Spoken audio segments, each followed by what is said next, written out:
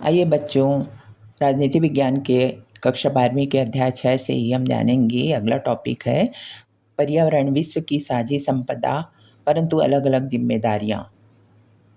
तो आइए बच्चों हम जानें, पर्यावरण संरक्षण को लेकर उत्तरी और दक्षिणी गोलार्ध के देशों के रवैये में काफ़ी अंतर है।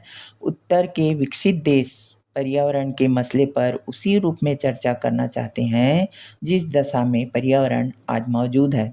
इनका कहना है कि हर देश की जिम्मेदारी बराबर हो, जबकि दक्षिण के देशों का तर्क है कि विश्व में पारिस्थितिकी को नुकसान अर्थात पर्यावरण को नुकसान अधिकांशतया विकसित देशों के औद्योगिक विकास ने पहुंचाया है। यदि विकसित देशों ने पर्यावरण को नुकसान ज़्यादा पहुंचाया है तो उसकी भरपाई भी विकसित देश ही करेगा और उसकी जिम्मेदारी भी उनको ज़्यादा उठानी पड़ेगी।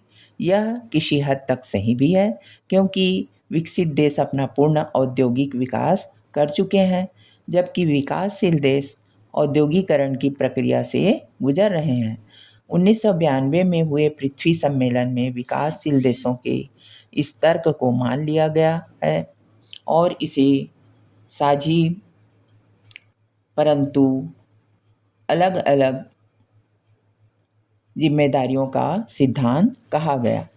इस प्रकार अंतर्राष्ट्रीय पर्यावरण कानून के निर्माण, प्रयोग और व्याख्या में विकासशील देशों की विशिष्ट ज़रूरतों का ध्यान रखा गया है। क्योटो प्रोटोकॉल की बाध्यताओं से विकासशील देशों को अलग रखा गया है। विकसित देशों की जनसंख्या विश्व की जनसंख्या का 22% है, जबकि वे मोटे तौर पर 88% प्राकृतिक संसाधनों एवं 73% ऊर्जा का उपयोग करते हैं, अर्थात विकसित देश ही ऊर्जा का उपयोग अधिक करते हैं। साथ ही विश्व की 85% आय पर उनका नियंत्रण है। दूसरी ओर विकासशील देशों की जनसंख्या विश्व की जनसंख्या की 78% है, जबकि वे महज 12% इतने प्रतिशत महज 12% प्राकृतिक संसाधनों एवं 27% ऊर्जा का उपयोग करते हैं। उनकी आय विश्व की आय की केवल 15% ही है। बहुत अंतर है।